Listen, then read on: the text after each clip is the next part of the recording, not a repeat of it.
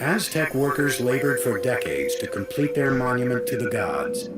The temple remained buried until 1978, when power company workers digging a trench accidentally uncovered a huge carved stone and discovered the temple ruins next to it. The disc, 11 feet in diameter, weighs 8 tons and depicts the dismembered body of the goddess Coyolxauhqui.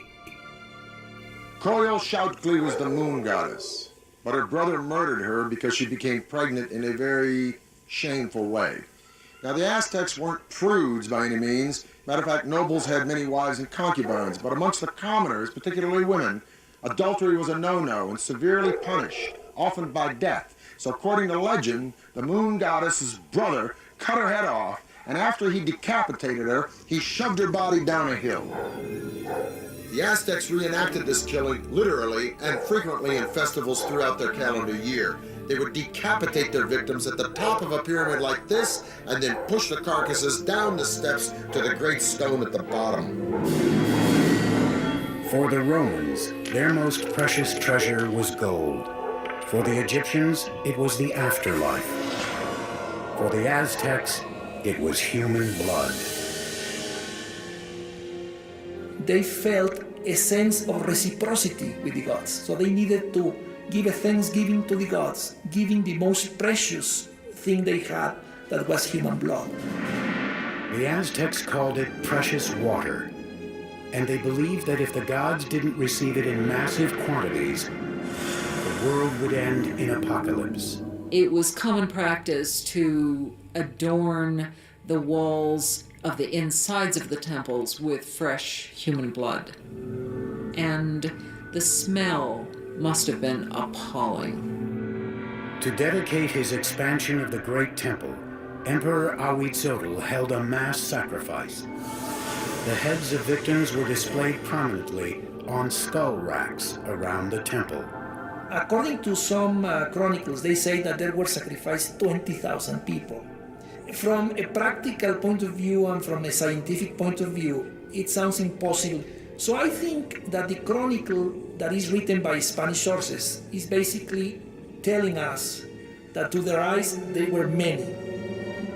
As Huitzilopochtli's reign continued, the bloodletting skyrocketed. Life in Tenochtitlan soon became an orgy of death. Friends and enemies alike would be brought in to witness the sacrifices.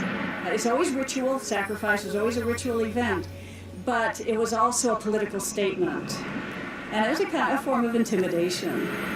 By the time of Huitzilopochtli's death, the Aztecs had institutionalized sacrificial killing and turned killing on the battlefield into an art form. They were the America's fiercest fighters, an elite cadre of whom would have a spectacular new mountainside temple dedicated to them. But even they were not prepared for the war of the worlds that was about to descend upon them.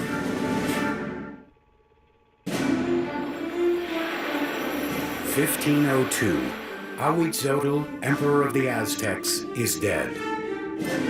Moctezuma II, a 34-year-old former priest, comes to power. A world away in Spain, an 18-year-old notary named Hernan Cortez is preparing to cross the Atlantic to join in his country's conquest of the New World. This is the zenith of the Aztec Empire. It now covers at least 80,000 square miles, reaching out from Tenochtitlan to both coasts and as far south as Guatemala. Some 25 million people are subject to Aztec rule. 38 provinces containing innumerable city-states are paying them heavy tribute, making the emperor and nobles fabulously rich. The city spread out, glittering against its canals and its lake, bedecked with fine trees and beautiful mansions. And Moctezuma II presided over it all. He was known for his statesmanship and military skills. A tough leader, he slaughtered the population of towns that wouldn't bend to his rule. But privately, he was troubled.